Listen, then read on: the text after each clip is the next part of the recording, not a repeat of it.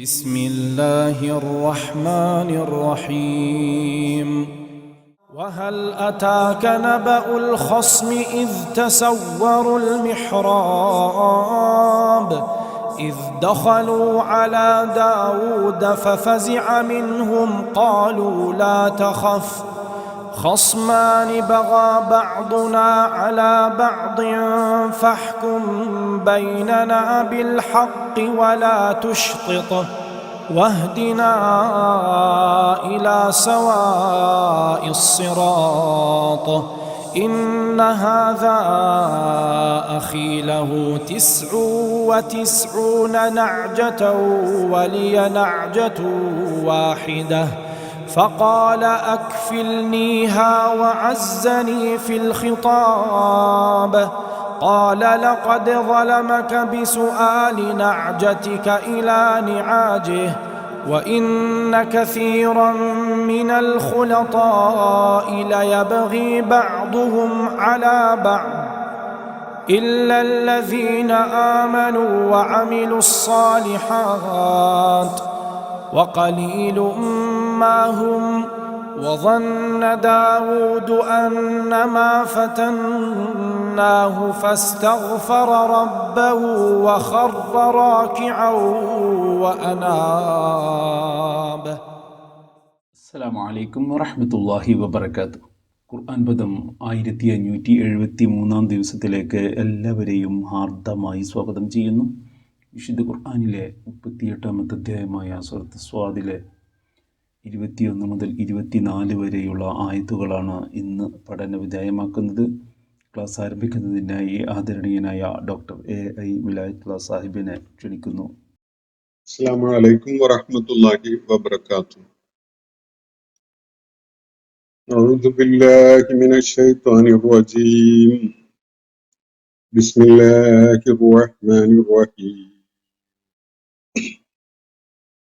وهل أتاك نبأ الخصم إذ تسوروا المحراب إذ دخلوا على داود ففزع منهم قالوا لا تخف خصمان بغى بعضنا على بعض فاحكم بيننا بالحق ولا تشتت واهدنا إلى سواء الصراط إن هذا أخي له 99 نعجة ولي نعجة واحدة فقال اكفلنيها وعزني في الخطاب قال لقد ظلمك بسؤال نعجتك إلى نعاجه وإن كثيرا من الخلطاء ليبغي بعضهم على بعض إلا الذين آمنوا وعملوا الصالحات وقليل ما هم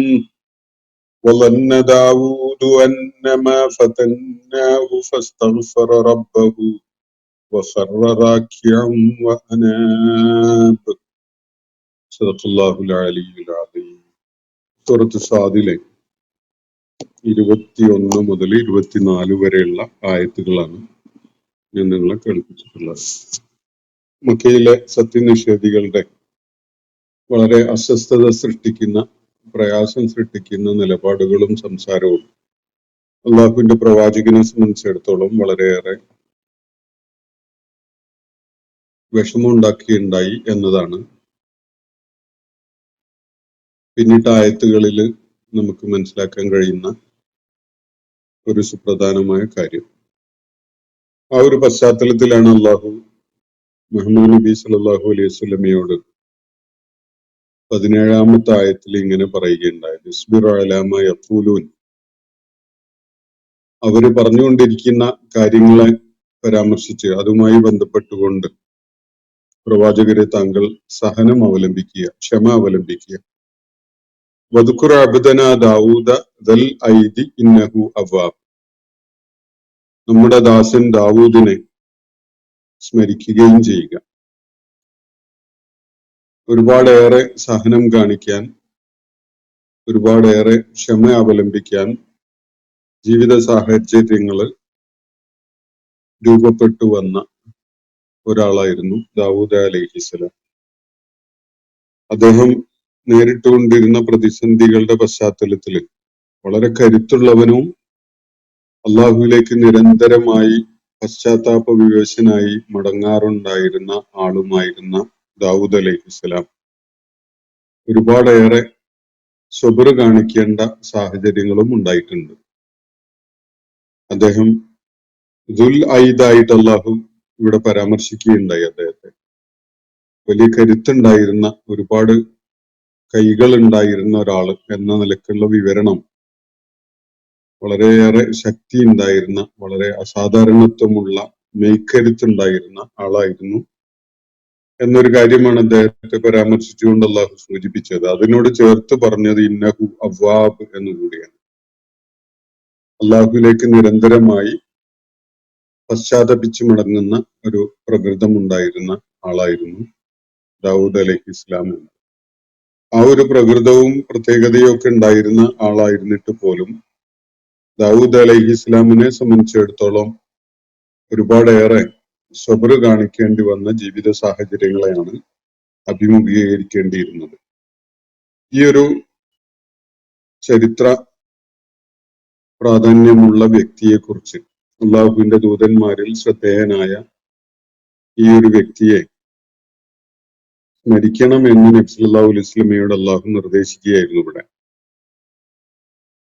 അത് നബി സല്ലല്ലാഹു അലൈഹി വസല്ലമയുടെ ദൗത്യ നിർവഹണവുമായി ബന്ധപ്പെട്ടുകൊണ്ടുള്ള അദ്ദേഹത്തിന്റെ ജീവിത സാഹചര്യങ്ങളിൽ സ്വീകരിക്കേണ്ട നിലപാടുകള് അദ്ദേഹത്തിന് കൂടുതൽ വ്യക്തമാക്കി കൊടുക്കും, അദ്ദേഹത്തിന് ആ ഓർമ്മിക്കല് ഉപകരിക്കും എന്ന നിലക്കാണ് അതിവിടെ ചൂണ്ടിക്കാണിക്കുന്നത് എന്ന് നമുക്ക് കാണാൻ സാധിക്കും.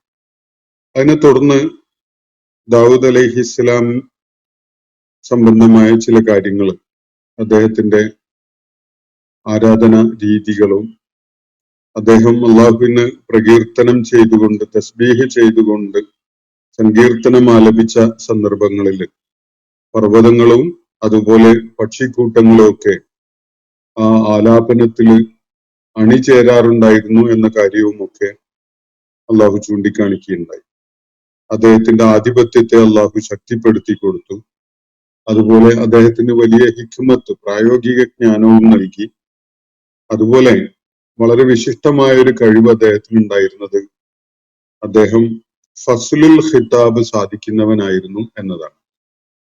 ഒരു നിർണയമാകുന്ന വിധത്തിൽ സംസാരിക്കാൻ, കാര്യങ്ങളിൽ ഒരു തീർപ്പ് വരുന്ന വിധത്തിൽ സംസാരിക്കാനുള്ള വലിയ മികവുള്ള കഴിവുണ്ടായിരുന്ന ആളാണ് ദാവൂദ് അലൈഹിസ്സലാം എന്നും നമ്മൾ പിന്നിട്ട ആയത്തുകളിൽ കാണുകയുണ്ടായി. അതിനെ തുടർന്ന് ദാവൂദ് അലൈഹിസ്സലാമുമായി ബന്ധപ്പെട്ടുകൊണ്ട് തന്നെ അള്ളാഹു ചില കാര്യങ്ങൾ കൂടി നബി സല്ലല്ലാഹു അലൈഹി വസല്ലമയുടെ ശ്രദ്ധയിലേക്ക് കൊണ്ടുവരികയാണ്.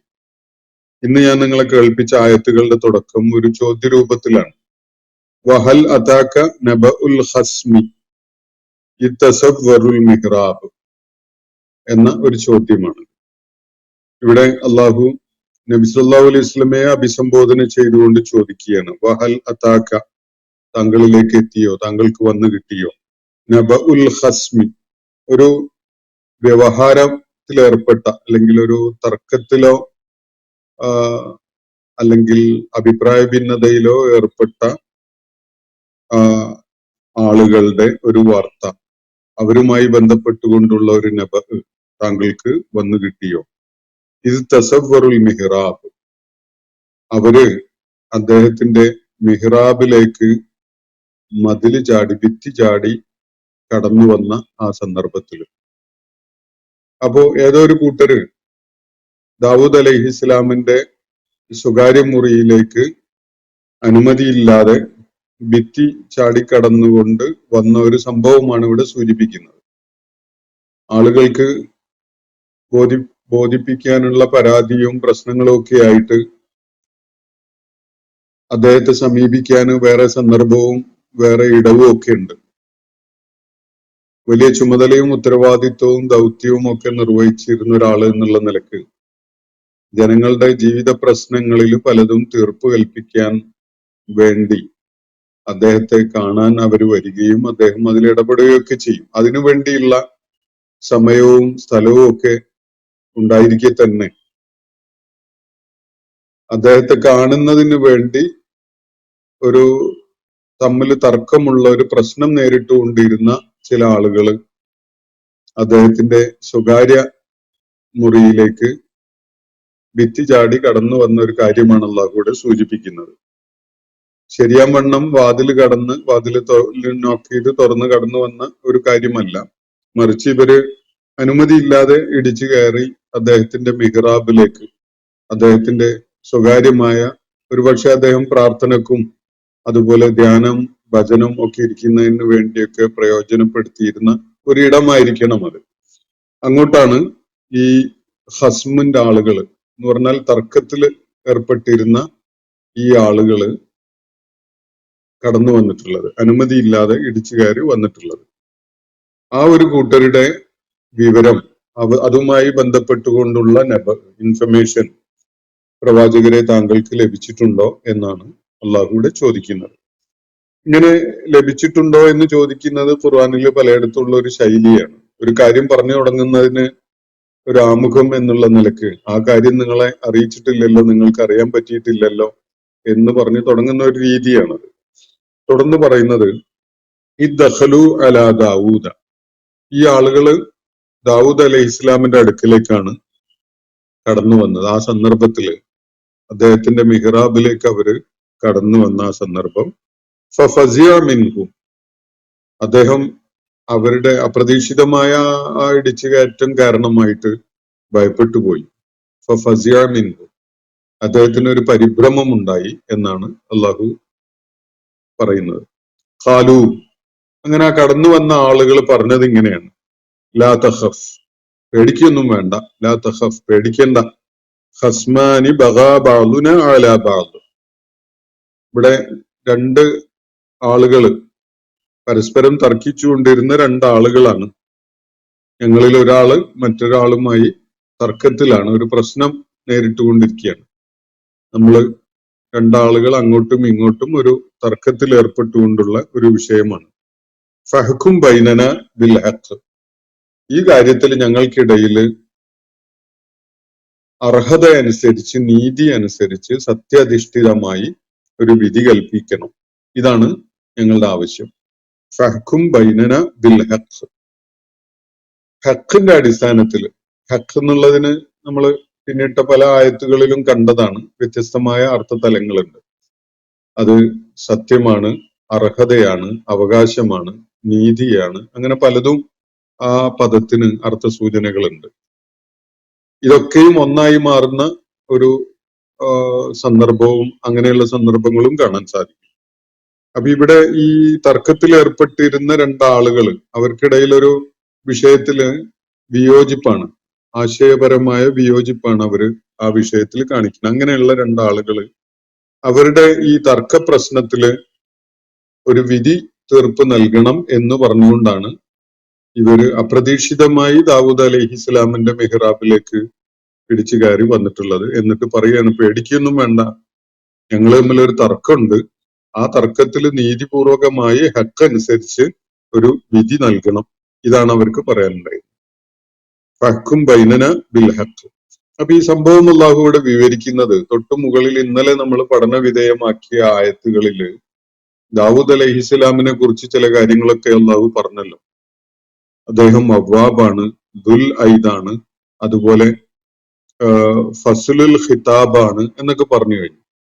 ദുൽ ഐദ് എന്ന് പറഞ്ഞ നല്ല കരുത്തുള്ളവന്, അതുപോലെ അവ്വാബ് എന്ന് പറഞ്ഞ നിരന്തരം പശ്ചാത്തപിച്ച് മടങ്ങുന്ന ആള്, അതുപോലെ ഫസ്ലുൽ ഖിതാബ് എന്ന് പറഞ്ഞ സംസാരം നടത്തിയിട്ട് ഒരു തീർപ്പ് പെട്ടെന്ന് ഉണ്ടാക്കുന്ന ഒരാള്, ഇങ്ങനെയൊക്കെയുള്ള പ്രത്യേകതകൾ. അതോടൊപ്പം തന്നെ അദ്ദേഹത്തിന്റെ മുൽക്ക്, അദ്ദേഹത്തിന്റെ അധികാരം, ശക്തി, അദ്ദേഹത്തിന്റെ രാജത്വം എന്നത് വളരെ ശക്തമായതാണ് എന്നതും ഇന്നലെ ആയത്തുകളിൽ നമ്മൾ ചർച്ച ചെയ്തപ്പോ കാണുകയുണ്ടായി. അപ്പൊ ഇതിന്റെ ഈ കാര്യങ്ങൾ കൂടുതൽ വ്യക്തമാവുന്നതിന് ഉപകരിക്കുന്ന വിധത്തിലുള്ള ഒരു സംഭവം അള്ളാഹു ഇവിടെ വിവരിക്കുകയാണ്. ഇങ്ങനെ ഒരു കാര്യം നിങ്ങൾക്ക് അറിയാൻ പറ്റിയിട്ടുണ്ടോ? പ്രവാചകരെ, താങ്കൾക്ക് അങ്ങനെ ഒരു വൃത്താന്തം വന്നു കിട്ടിയിട്ടുണ്ടോ എന്നാണ് ചോദ്യം. രണ്ടാളുകൾ തർക്കത്തിൽ ഏർപ്പെട്ടുകൊണ്ട് ദാവൂദ് അലൈഹി ഇസ്ലാമിന്റെ സ്വകാര്യ മുറിയിലേക്ക് ഇടിച്ചു കയറി വന്നത്, ആ സംഭവം താങ്കൾക്ക് അറിയാമോ? അദ്ദേഹം ഭയപ്പെട്ടു പോയി. അപ്പോ അവര് പറഞ്ഞു, പേടിക്കൊന്നും വേണ്ട, ഞങ്ങൾക്കിടയിൽ ഒരു തർക്കമുണ്ട്. ആ വിഷയത്തില് നീതിപൂർവകമായ സത്യധിഷ്ഠിതമായ ഓരോരുത്തരുടെയും അർഹതയും അവകാശവും പരിഗണിച്ചുകൊണ്ടുള്ള ഒരു വിധി തീർപ്പ് ഞങ്ങൾക്ക് തരണം. അതിനുവേണ്ടിയാണ് ഞങ്ങൾ വന്നിരിക്കുന്നത് എന്നാണ് അവർ പറഞ്ഞത്. ഫഹ്കും ബൈനനാ ബിൽ ഹഖ് വലാ തുഷ്തിത്, വലാ തുഷ്തിത് എന്നാണ് തുടർന്ന് പറയുന്നത്. അതായത് നീതിപൂർവകമല്ലാത്ത വിധത്തിലുള്ള ഒരു വിധി തീർപ്പ് നടത്തരുത് എന്നാണ്. അന്യായമായിട്ടുള്ള ഒരു വിധി തീർപ്പ് ഉണ്ടാവരുത്. ഈ തുഷ്തിത് എന്നത് ഫലാ തുഷ്തിത് വലാ തദ്ലിം എന്ന് പറയുന്ന പോലെയുള്ള ഒരു പ്രയോഗമാണ്. ലുൽമ് ചെയ്യരുത്, അക്രമം ചെയ്യുന്ന വിധത്തില് അന്യായമായ അല്ലെങ്കിൽ ന്യായമോ അർഹതയോ അനുസരിച്ചിട്ടുള്ള അല്ലാത്തൊരു വിധി തീർപ്പ് ഇക്കാര്യത്തില് ഞങ്ങൾക്ക് തരരുത്. നീതിപൂർവകമായ ന്യായമായ അർഹത പരിഗണിച്ചുകൊണ്ടുള്ള ഒരു വിധി തീർപ്പാണ് വേണ്ടത്. ഇതാണ് അവർ ആവശ്യപ്പെട്ടത്. വലാ തുഷ്തിത്, അന്യായമായ വിധി തീർപ്പ് തരരുത്, ന്യായമായ ഹക്കിന്റെ അടിസ്ഥാനത്തിലുള്ള വിധിയാണ് ഞങ്ങൾക്ക് വേണ്ടത് എന്നാണ് അവര് പറയുകയുണ്ടായത്. തുടർന്ന് അവര് പറഞ്ഞത് വഹ്ദിന ഇലാ സവാ ഇസുറാത്ത്, അതിനും പുറമെ ഞങ്ങളെ ശരിയായ മാർഗത്തിലേക്ക് നയിക്കുകയും ചെയ്യണം. ശരിയായ ജീവിത പാതയിലേക്ക് ഞങ്ങളെ നയിക്കുന്ന വിധത്തിലായിരിക്കണം ഈ ഇടപെടല്. ഇതാണ് ഈ തർക്കത്തിൽ ഏർപ്പെട്ട ആളുകള് ദാവൂദ് അലൈഹി ഇസ്ലാമിന്റെ അടുക്കലേക്ക് ഇടിച്ചു കയറി വന്നിട്ട് പറയുന്നത്. അപ്പോ ആ വിഷയം എന്താണ് എന്ന് തുടർന്നുള്ള ആയത്തില് ആ തർക്കത്തിൽ ഏർപ്പെട്ട ആളുകളിൽ ഒരാൾ പറയുകയാണ്, ഇന്ന ഹാദ അഹി, നിശ്ചയമായിട്ടും ഇത് എന്റെ ഒരു സഹോദരനാണ്. ഇന്ന ഹാദ അഹി, തീർച്ചയായിട്ടും ഇയാൾ എന്റെ ഒരു സഹോദരനാണ്. ഇവിടെ സഹോദരൻ എന്ന് പറയുമ്പോൾ രക്തബന്ധമുള്ള ഒരേ പാരന്റ്സിന്റെ മക്കളായ ഒരു സഹോദരൻ എന്ന നിലക്ക് മനസ്സിലാക്കണം എന്നില്ല. ആദർശപാതയിൽ എന്നോടൊപ്പമുള്ള ഒരാള് എന്നുള്ള നിലക്ക് കണ്ടാലും മതി. ഇന്ന ഹാദ അഹി, അദ്ദേഹത്തിന്റെ അവസ്ഥ ലഹു തിസ്റും വ തിസ്റൂന നഅജതൻ, അദ്ദേഹത്തിന് 99 പെണ്ണാടുകളുണ്ട്. ഇയാൾക്ക് 99 ആടുകളുണ്ട്, പെണ്ണാടുകളാണ്. അങ്ങനെയുള്ള 99 ആടുകളുള്ള ഒരാളാണ് ഇദ്ദേഹം. വലിയ നാഴ്ച, എനിക്കാണെങ്കിൽ ഒരാടാണുള്ളത്, അതും പെണ്ണാട് തന്നെയാണ്. ഒരു പെണ്ണാടുള്ള ഒരാളാണ് ഞാൻ. ഇദ്ദേഹം 99 ആടുകളുള്ള ആളാണ്. വലിയ നാഴ്ചത്തും വാഹിദ, എനിക്ക് ആകെ ഒരാടേ ഉള്ളൂ. നാഴ്ച എന്ന് പറഞ്ഞാൽ തന്നെ ഒരാട് എന്നുള്ള അർത്ഥ സൂചന ഉണ്ട്. അതൊന്ന് ഊന്നി പറയുന്നതിന് വേണ്ടിയാണ് വാഹിദ എന്ന് കൂടി എന്നോട് ചേർത്ത് പറഞ്ഞിട്ടുള്ളത്. വലിയ നാഴ്ചത്തും വാഹിദ. ഫഖാല, അപ്പോ ഇതാണ് അവസ്ഥ. അപ്പൊ അദ്ദേഹം എന്നിട്ട് പറയുകയാണ്, അഖ്ഫിൽ നീഹ, അതിനെ കൂടി എനിക്ക് അങ്ങ് ഏൽപ്പിച്ചു തന്നേക്ക്, ആ ഒരു ആടിനെ കൂടി എനിക്ക് അങ്ങ് ഏൽപ്പിച്ചു തന്നേക്ക് എന്നാണ് അദ്ദേഹം പറയുന്നത്. വഅസ്സനി ഫിൽ ഖിതാബ്, സംസാരത്തില് അതേക്കുറിച്ച് പറഞ്ഞ് അദ്ദേഹം എന്നെ കീഴ്പ്പെടുത്തി കളയുന്ന ഒരു സംസാര വൈഭവമാണ് കാണിക്കുന്നത്. വഅസ്സനി ഫിൽ ഖിതാബ്, ഖിതാബ് എന്ന് പറഞ്ഞ സംസാരം. നമ്മൾ മുകളിലെ 20-ാമത്തെ ആയത്തിൽ ആ പദം കണ്ടു. അപ്പോ അദ്ദേഹം സംസാര വൈഭവമൊക്കെ ഉള്ള ഒരാളായതുകൊണ്ട് തന്നെ എന്നെ മികച്ച് അല്ലെങ്കിൽ കവച്ച് നിൽക്കുന്ന വിധത്തിൽ സംസാരിക്കാൻ കഴിയുന്ന ഒരാളാണ്. എന്നെ കീഴ്പ്പെടുത്തി കളഞ്ഞു സംസാരത്തില്.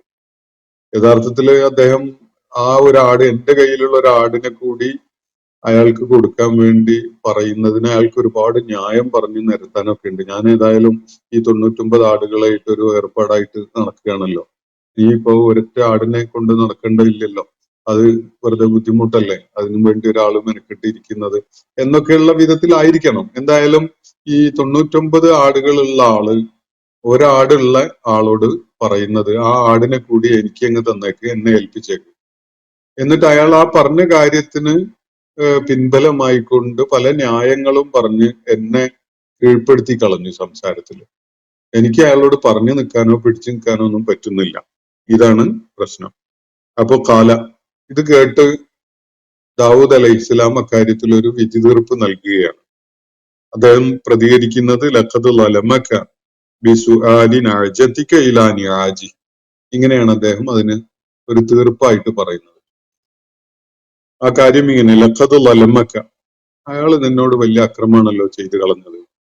ബി സുആലി നഅജതിക, നിന്റെ പെണ്ണാട് കൂടി അയാൾക്ക് വേണം എന്ന് പറഞ്ഞുകൊണ്ട് അത് ആവശ്യപ്പെടുക എന്നത്, അങ്ങനെ ചെയ്തുകൊണ്ട് നിന്നോട് വലിയ ലുൽമാണല്ലോ അയാൾ ചെയ്തിട്ടുള്ളത്. ഇലാനി ആജി, അപ്പോ ബിസുആലി നഅജതിക ഇലാനി ആജി, നിന്റെ ആടിനെ അയാളുടെ ആടുകളുടെ കൂട്ടത്തിലേക്ക് ചേർക്കണം എന്ന് പറഞ്ഞുകൊണ്ട് അയാൾ അത് ആവശ്യപ്പെട്ടത് വലിയ അക്രമാണല്ലോ. അത് എന്നോടുള്ള ഒരു അക്രമം ചെയ്യൽ, അനീതി ചെയ്യലായി എന്നാണ് ദാവൂദ് അലൈഹി ഇസ്ലാം അക്കാര്യത്തില് ഒരു വിധി തീർപ്പ് എന്നുള്ള നിലക്ക് അഭിപ്രായം പറയുന്നത്. എന്നിട്ട് തുടർന്നും ചില കാര്യങ്ങൾ ദാവൂദ് അലൈഹി ഇസ്ലാം പറയുകയാണ്. ആ വാക്കുകൾ ഒരു പക്ഷേ ദാവൂദ് അലൈഹി ഇസ്ലാമിൻ്റെതാവാം, അതല്ലെങ്കിൽ ദാവൂദ് അലൈഹി ഇസ്ലാമിന്റെ ആ നടപടിയെ എൻഡോഴ്സ് ചെയ്തുകൊണ്ട് അള്ളാഹു പറയുന്ന വിധത്തിലും ആവാം. രണ്ടിനും സാധ്യതയുണ്ട്. അപ്പോ അദ്ദേഹം പറഞ്ഞ കാര്യം ഇതാണ്. ഈ ഒരു തർക്ക പ്രശ്നത്തിൽ അഭിപ്രായം പറയുകയാണെങ്കിൽ 99 ആടുള്ള ആള് നിന്നോട് നിന്റെ ഒരാടിനെ കൂടി അങ്ങോട്ട് കൊടുക്കണം എന്ന് പറഞ്ഞ് നിന്നെ സംസാരത്തില് കീഴ്പ്പെടുത്തുന്ന വിധത്തില് നിന്റെ മേല് വലിയ നിനക്ക് സംസാരിക്കാൻ കൂടുതൽ ന്യായങ്ങളൊന്നും പറയാൻ പറ്റാത്ത വിധത്തിൽ നിന്നെ അങ്ങനെ ഒതുക്കി നിർത്തിയിരിക്കുന്നത് യഥാർത്ഥത്തിൽ വലിയ അക്രമമായി പോയി. അത് ശരിയല്ല, ലുൽമാണ് എന്നുള്ള നിലക്കാണ് ദാവൂദ് അലൈഹി ഇസ്ലാം അതിനെക്കുറിച്ച് ചൂണ്ടിക്കാണിക്കുന്നത്. എന്നിട്ട് പറഞ്ഞത് വൈന്ന കസീറം മിനൽ ഖുലതാഇ, മിക്ക കൂട്ടുകച്ചവടക്കാരും, ഖുലത്താ എന്ന് പറഞ്ഞാല് ഇടകലർത്തിയിട്ട് എന്തും കൈകാര്യം ചെയ്യുന്ന ആളുകൾ, അത് ഷെയർ ഹോൾഡേഴ്സ് ആവാം, അല്ലെങ്കിൽ സൗഹൃദം പങ്കിടുന്നവരും എല്ലാ കാര്യങ്ങളും ഒരുമിച്ച് ചെയ്യുന്ന വിധത്തില് എല്ലാവരുടെയും അവകാശങ്ങൾ മിക്സപ്പ് ചെയ്തുകൊണ്ട് കൈകാര്യം ചെയ്യുന്ന ആളുകൾ, അങ്ങനെയുള്ള ആളുകളിൽ മിക്ക പേരും ലയബഗി ബഅ്ദുഹും അലാ ബഅ്ദ്, അത് ഒരാള് മറ്റൊരാളുടെ അവകാശങ്ങളെ ഹനിക്കുന്ന വിധത്തില് അക്രമപരമായി നിലപാടെടുക്കുന്നവരാണ് എന്നാണ് ഇവിടെ ചൂണ്ടിക്കാണിക്കപ്പെടുന്നത്. മിക്ക ഖുലത്താഇന്റെയും കാര്യം ഇങ്ങനെയൊക്കെ തന്നെയാണ്. അവർ കാര്യങ്ങൾ ഒരുമിച്ച് കൈകാര്യം ചെയ്യുമ്പോൾ അതിൽ നീതിപൂർവകമാവുകയോ അവകാശങ്ങൾ കൃത്യമായിട്ട് പാലിച്ചുകൊണ്ട് മാനിക്കുകയോ ഒന്നും ചെയ്യുന്ന ആളുകൾ ആയിക്കൊള്ളണം എന്നില്ല. അവരിലേറെ പേരും അതില് ലുൽമ ചെയ്യുന്നവരും പരസ്പരം അവകാശങ്ങളെ ഹനിക്കുന്നവരുമാണ് എന്നാണ് തുടർന്ന് പറയുന്നത്. ലയബഗി ബഅ്ദുഹും അലാ ബഅ്ദ്, അതിൽ ഒരു കൂട്ടർ മാത്രമേ ഒഴിവുള്ളൂ. ഇല്ലല്ലദീന ആമനു വഅമിലുസ് സാലിഹാത്ത്, സത്യവിശ്വാസം ഉൾക്കൊള്ളുകയും സുഹൃതം ചെയ്യുന്ന, സൽക്കർമ്മം ചെയ്യുകയും ചെയ്യുന്ന ആളുകൾ ഒഴികെ ബാക്കിയുള്ള ആളുകളൊക്കെ തന്നെ ഖുലത്ത ആവുമ്പോൾ അങ്ങോട്ടും ഇങ്ങോട്ടും വലിയ അക്രമമാണ് ചെയ്യുന്നത്. അവരുടെ നീതിപൂർവകമായ അവകാശങ്ങളെ ഹനിച്ചുകൊണ്ടാണ് കാര്യങ്ങൾ കൈകാര്യം ചെയ്യുന്നത്. നമുക്ക് അറിയാവുന്ന ഒരു സംഗതിയാണത്. നമ്മുടെ കാലഘട്ടത്തിലും പണ്ടും ഒക്കെ ഉണ്ടായിരുന്ന അവസ്ഥ, കൂട്ട് സംരംഭങ്ങൾ ഉണ്ടാകുമ്പോൾ നടത്തുമ്പോൾ അതിൽ കൃത്യമായ കണക്കും നീതിപൂർവകമായ രീതിയൊന്നും പാലിക്കാതെ കൂടെയുള്ള ആളുകളുടെ അവകാശങ്ങളെ ഹനിക്കുന്ന, അവർക്ക് നഷ്ടം വരുത്തി അത് കൈകാര്യം ചെയ്യുന്ന ആളുകൾക്ക് കൂടുതൽ വിഹിതമോ ലാഭമോ കിട്ടുന്ന വിധത്തില് ഇടപെടുന്ന അല്ലെങ്കിൽ കാര്യങ്ങളെ കരുനീക്കുന്ന ആളുകളാണ് കൂടുതൽ ഷെയർ ഹോൾഡേഴ്സും. ഷെയർ അടിസ്ഥാനത്തിൽ കാര്യങ്ങൾ ചെയ്യുന്ന ആളുകളിൽ ഏറെ പേരും അങ്ങനെയാണ് എന്നാണ് ഇവിടെ ചൂണ്ടിക്കാണിക്കപ്പെട്ടിട്ടുള്ളത്. അതിൽ നിന്ന് മാറ്റി നിർത്തപ്പെട്ടിട്ടുള്ള, അങ്ങനെയല്ല, നീതിപൂർവകമായിട്ട് ചെയ്യുന്ന ചിലരുണ്ട് എന്ന വിധത്തിൽ മാറ്റി നിർത്തപ്പെട്ടിരിക്കുന്നത് ഇല്ലല്ലദീന ആമനു വഅമിലുസ് സാലിഹാത്ത്, സത്യവിശ്വാസം ഉൾക്കൊള്ളുകയും സൽക്കർമ്മം ചെയ്യുകയും ചെയ്തുകൊണ്ട് ജീവിക്കുന്ന ആളുകൾ മാത്രമേ ഇതിന്ന് മാറി നിൽക്കുന്നു, അതിന് അപവാദമായിട്ടുള്ളൂ എന്നാണ് അള്ളാഹു പറയുന്നത്. വഖലീലുമാഹും, അങ്ങനെയുള്ള ആളുകളാണെങ്കിലോ വളരെ എണ്ണം കുറവുമാണ്. വഖലീലുമാഹും, ഈ വിധത്തില് ഖുലത്താ ആയിരിക്കെ തന്നെ കാര്യങ്ങൾ നീതിപൂർവകമായി ഹക്ക് അനുസരിച്ചുകൊണ്ട് ചെയ്യുന്നവര് എണ്ണത്തിൽ വളരെ കുറവുമാണ്. വലന്ന ദാവൂദു അന്നമാ ഫതന്നാഹു, ഈ കാര്യം പറഞ്ഞ് അങ്ങ് വായ അടച്ചേ ഉള്ളൂ. അപ്പോഴേക്ക് പെട്ടെന്ന് ദാവൂദ് അലൈഹി ഇസ്ലാമിന് ഒരു ചിന്ത അദ്ദേഹത്തിന്റെ മനസ്സിലേക്ക് കടന്നു വരികയാണ്. ദാവൂദ് അലൈഹി ഇസ്ലാമിന്റെ അടുക്കൽ ഒരു തർക്ക വിഷയത്തില് രണ്ടാളുകൾ വന്നിട്ട് അദ്ദേഹത്തിന്റെ സ്വകാര്യ ഇടത്തിലേക്ക് ഇടിച്ചു കയറി വന്ന് വിഷയം അവതരിപ്പിച്ചതാണല്ലോ.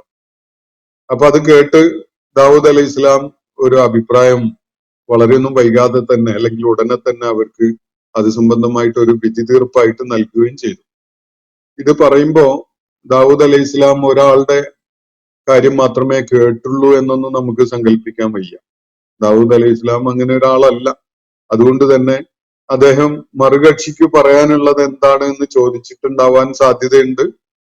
അദ്ദേഹം ആ വിഷയത്തിൽ എന്തെങ്കിലും പറയുകയോ പറയാതിരിക്കുകയോ ചെയ്തിട്ടുണ്ടാവാൻ ഇടയുണ്ട്. ഈ വിവരണത്തിൽ നിന്ന് മനസ്സിലാവുന്നത് ഇതിലെ വാദി ആണ് സംസാരിക്കുന്നത്, പ്രതി അത് അയാൾ പറയുന്നത് ശരി തന്നെയാണ് എന്ന നിലക്ക് മൗനം അവലംബിക്കുകയാണ് ചെയ്തിട്ടുള്ളത് എന്നാണ് നമുക്ക് മനസ്സിലാക്കാൻ പറ്റുന്നത്. മറിച്ച് ഇതിനെ എതിർത്തുകൊണ്ട് വല്ല ന്യായവും പ്രതിക്ക് പറയാനുണ്ടായിരുന്നെങ്കിൽ അതിവിടെ സൂചിപ്പിക്കപ്പെടേണ്ടതാണ്. അങ്ങനെ ഉണ്ടായിട്ടില്ല. ആർക്കെതിരിലാണോ ഇവിടെ പരാതിക്കാരൻ പരാതി ബോധിപ്പിച്ചിട്ടുള്ളത്, ആ പരാതി ഉന്നയിക്കപ്പെട്ടതിന് ശേഷവും ഈ പ്രതിയായിട്ട് അല്ലെങ്കിൽ ആർക്കെതിരെയാണോ പരാതി ബോധിപ്പിക്കപ്പെട്ടിട്ടുള്ളത് അയാള് അതിനെ കുറിച്ചൊന്നും പറയുന്നില്ല. അത് സംഗതി അങ്ങനെയൊക്കെ തന്നെയാണ് എന്നുള്ള നിലക്ക് നിശബ്ദമായി നിൽക്കുന്ന ഒരു നിലപാടാണ് ഉണ്ടായിട്ടുള്ളത് എന്നാണ് ഇവിടുന്ന് മനസ്സിലാക്കാൻ പറ്റുന്നത്. അപ്പോ ഖുർആന്റെ ഒരു വിവരണ ശൈലി കൂടി നമ്മൾ അതിൽ കണക്കിലെടുക്കേണ്ടതുണ്ട്. അങ്ങനെ ഈ വിഷയത്തില് ദാവൂദ് അലൈഹി ഇസ്ലാം കാര്യങ്ങൾ കേട്ടതിന് ശേഷം ആ പ്രത്യക്ഷത്തിലുള്ള കാര്യങ്ങൾ മനസ്സിലാക്കിക്കൊണ്ട് തന്നെ ഒരു വിധി തീർപ്പ് നൽകുകയുണ്ടായി. അയാളുടെ 99 ആടുകളോടൊപ്പം നിന്റെ ആടിനെ കൂടി വേണം എന്ന് പറഞ്ഞുകൊണ്ട് അങ്ങനെ പറയുക വഴി അയാള് അതിക്രമമാണ് ചെയ്തിരിക്കുന്നത്, അയാള് ദുൽമാണ് ചെയ്തിരിക്കുന്നത് എന്നതാണ് ദാവൂദ് അലൈഹി ഇസ്ലാം ഇക്കാര്യത്തിൽ വിധി തീർപ്പ് നൽകുകയുണ്ടായത്. പക്ഷെ അത് പറഞ്ഞ ഉടനെ ഒരു വല്ലാത്തൊരു അപ്രതീക്ഷിതമായ ഒരു റിയലൈസേഷൻ ദാവൂദ് അലൈഹി ഇസ്ലാമിന് ഉണ്ടാവുകയാണ്. അതാണ് തുടർന്ന് അള്ളാഹു ഇവിടെ പറയുന്നത്.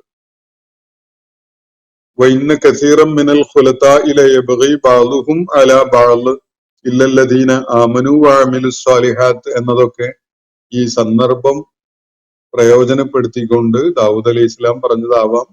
അതല്ലെങ്കിൽ ഈ ഒരു വിഷയ സംബന്ധമായിട്ട് പറയുന്നതിനിടക്ക് അള്ളാഹു ഇത് സംബന്ധമായിട്ട് ഒരു വെളിപ്പെടുത്തല് നമുക്ക് വേണ്ടി നടത്തിയതും ആവാം. രണ്ടിനും സാധ്യതയുണ്ട്.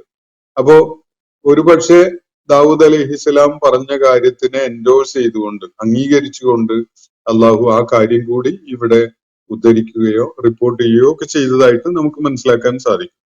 അപ്പോ എന്നിട്ട് ഈ വിധത്തില് സത്യവിശ്വാസം ഉൾക്കൊള്ളുകയും സൽക്കർമ്മികളാവുകയും ചെയ്തതിന്റെ കാരണത്താൽ ഈ നീതിപൂർവകമായി പരസ്പരമുള്ള ഇടപാടുകളെ അതിൽ അവകാശങ്ങളെയും അർഹതയെയും ഒക്കെ മാനിച്ചുകൊണ്ട് കൈകാര്യം ചെയ്യുന്ന ആളുകളുണ്ട്. പക്ഷെ അവര് വളരെ പരിമിതമാണ്, കുറച്ചേ ഉള്ളൂ. ഖലീലമ്മാഹും എന്നാണ്, ഖലീലുമ്മാഹും, അങ്ങനെയുള്ളവര് വളരെ കുറച്ചേ ഉള്ളൂ എന്നാണ് ഇവിടെ തുടർന്ന് പറഞ്ഞിരിക്കുന്നത്. അപ്പോഴാണ് വലന്ന ദാവൂദ് അന്നമ ഫതന്നാഹു, അപ്പോഴാണ് ദാവൂദ് അലൈഹി ഇസ്ലാമിന് ബോധ്യപ്പെടുന്നത് ഇത് പടച്ച തമ്പുരാൻ എന്നെ പരീക്ഷിച്ച ഒരു കാര്യമാണല്ലോ എന്ന്.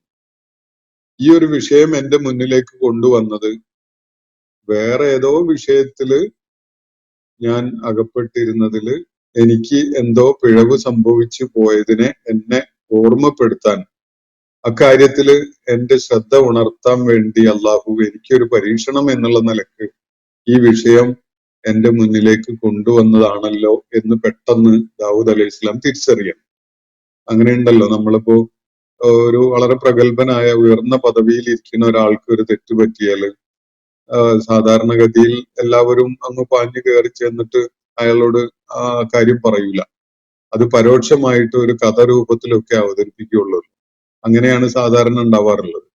നേരിട്ട് ചെന്നിട്ട് ഇത് അക്രമമായി പോയി എന്നൊന്നും പറയില്ല. അതിനു പകരം ഇങ്ങനെ ഒരു സംഭവം ഉണ്ടായാൽ ആ വിഷയത്തിൽ നിങ്ങളുടെ അഭിപ്രായം എന്താണ് എന്നൊക്കെ ചോദിച്ചുകൊണ്ടായിരിക്കുമല്ലോ പറയുക. അപ്പൊ ഇങ്ങനൊരു വിഷയം ഇവിടെ അള്ളാഹു സുബ്ഹാനഹു വ തആല ദാവൂദ് അലൈഹി ഇസ്ലാമിന്റെ ശ്രദ്ധയിലേക്ക്, ഈ രണ്ട് തർക്കത്തിലേർപ്പെട്ട ആളുകളുടെ ഈ പ്രശ്നം അദ്ദേഹത്തിന്റെ മുന്നിലേക്ക് കൊണ്ടുവന്നത് യഥാർത്ഥത്തിൽ ദാവൂദ് അലൈഹി ഇസ്ലാം പെട്ടെന്ന് തിരിച്ചറിയാണ്.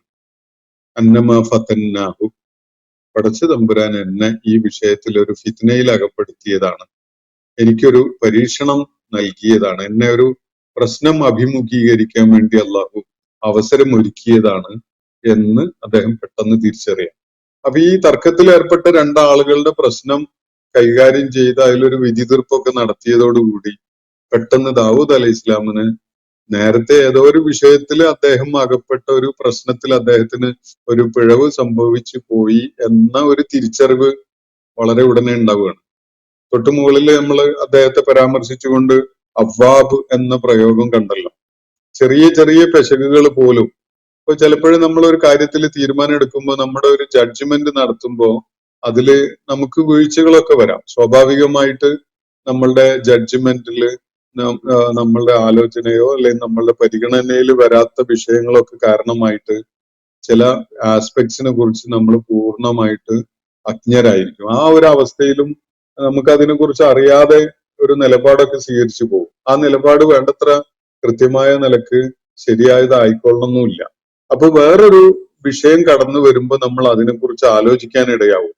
അപ്പോ ഉടനെ നമ്മൾ അതിൽ പശ്ചാത്താപ വിവേചനായിക്കൊണ്ട് തൗബ ചെയ്ത് മടങ്ങുന്ന ഒരു നിലപാട് കാണിക്കുകയും നമ്മളുടെ തെറ്റ് തിരുത്തുകയും ചെയ്യും. ഇതാണ് സത്യവിശ്വാസം ഉൾക്കൊള്ളുകയും സൽക്കർമ്മങ്ങളിൽ ഏർപ്പെടുകയും ഒക്കെ ചെയ്യുന്ന ആളുകൾ സ്വീകരിക്കുന്ന ഒരു നടപടി. അവരുടെ രീതി അതാണ്. ദാവൂദ് അലൈഹി ഇസ്ലാം ഇക്കാര്യത്തിൽ ഏറെ മുന്നിലുള്ള, അള്ളാഹുവിന് വളരെയേറെ ഇഷ്ടപ്പെട്ട ഒരു ദാസനും പ്രവാചകനുമായിരുന്നത് കൊണ്ട് അതിലേറ്റവും മാതൃകാപരമായ ഒരു നിലപാടാണ് അദ്ദേഹം സ്വീകരിക്കുന്നത് എന്നതാണ് ഈ വിവരണം നമുക്ക് മനസ്സിലാക്കി തരുന്നത്. അപ്പോ ദാവൂദ് അലൈഹി സ്വലാം പെട്ടെന്ന് തിരിച്ചറിയുന്നത് വല്ലന്ന ദാവൂദു അന്നമ ഫതന്നാഹു, നിശ്ചയമായിട്ടും അള്ളാഹു എന്നെ പരീക്ഷിച്ചിരിക്കുകയാണ് എന്ന കാര്യം അദ്ദേഹത്തിന് പെട്ടെന്ന് ഒരു ബോധ്യമുണ്ടായി. ഫസ്തഗ്ഫറ റബ്ബഹു, അപ്പോ അദ്ദേഹം റബ്ബിനോട് പശ്ചാത്തപിച്ചു മടങ്ങി, ഇസ്തിഗ്ഫാർ നടത്തി. വഖറ റാക്കിയം വ അനാബ്, അദ്ദേഹം പശ്ചാത്താപ വിവശനായിക്കൊണ്ട് അള്ളാഹുവിലേക്ക് മടങ്ങുന്നവനായിക്കൊണ്ട് റുക്കൂ ചെയ്തു, അല്ലെങ്കിൽ റുക്കൂയിലേക്ക് വീണു എന്നാണ് ഈ ഭാഷാപരമായി ഇവിടെ നൽകുന്ന സൂചന. അദ്ദേഹം കുനിയുന്നവനായി വീണു എന്ന് വേണമെങ്കിൽ പറയാം. പക്ഷെ ഈ പ്രയോഗം കുനിയുന്നവനായി വീണു എന്നത് സുജൂദ് നിർവഹിക്കുന്ന എന്ന് പറഞ്ഞാൽ മഗ്ഫിറത്ത് തേടിക്കൊണ്ട് അള്ളാഹുവിനോട് തൗബ ചെയ്തുകൊണ്ട് സുജൂദിൽ വീഴുന്ന ഒരു കാര്യമാണ് സൂചിപ്പിക്കുന്നത് എന്നത് വിശുദ്ധ ഖുർആനിലെ വേറെ പല ആയത്തുകളിലും ഇതുപോലെയുള്ള റുക്കൂ എന്നതിന് സുജൂദ് എന്ന അർത്ഥത്തിൽ ഉപയോഗിക്കുന്ന സന്ദർഭങ്ങൾ വെച്ചുകൊണ്ട് മുഫസ്സിറുകൾ ചൂണ്ടിക്കാണിക്കുന്നുണ്ട്. അപ്പോ വഇന്ന കസീറൻ മിനൽ ഖുലതാഇ ലയബ്ഗി ബഅദുഹും അലാ ബഅദ് ഇല്ലല്ലദീന ആമനു വഅമിലുസ് സ്വാലിഹാത്ത് വഖലീലും മാഹും വലന്ന ദാവൂദു അന്നമാ ഫതന്നാഹു. ദാവൂദ് അലൈഹിസ്സലാം മനസ്സിലാക്കുകയാണ്, ഇത് അള്ളാഹു എന്നെ ഒരു പരീക്ഷണത്തിൽ അകപ്പെടുത്തിയതാണ്. ഫസ്തഗ്ഫറ റബ്ബഹു, അങ്ങനെ അദ്ദേഹം ഇസ്തിഗ്ഫാർ തേടി, റബ്ബിനോട് മഗ്ഫിറത്ത് തേടിക്കൊണ്ട് അള്ളാഹുവിലേക്ക് പശ്ചാത്തപിച്ചു മടങ്ങി. മാത്രവുമല്ല തൗബ ചെയ്യുന്നവനായിക്കൊണ്ട് അദ്ദേഹം അള്ളാഹുവിലേക്ക് തിരിയുന്നവനായിക്കൊണ്ട് റുക്കൂവിൽ വീണു എന്നാണ് ഇവിടെ ഭാഷാപരമായിട്ട് സൂചിപ്പിക്കുന്നത്. വഖറ റാക്കിയം വ അനാബ് എന്ന്. ഇത് തിലാവത്തിന്റെ സുജൂദ് ആവശ്യമുള്ള ഒരു ആയത്തായിട്ടാണ് ഖുർആനിൽ മാർക്ക് ചെയ്തിട്ട് കാണുന്നത്. അപ്പോ ഈ ആയത്ത് വായിക്കുമ്പോൾ നമ്മൾ അതിനെ തുടർന്ന് സുജൂദ് നിർവഹിക്കേണ്ടതുണ്ട്. അതിന് പറ്റിയ ഒരു പൊസിഷനിലൊക്കെ ആണെങ്കിൽ അത് നിർവഹിക്കാം.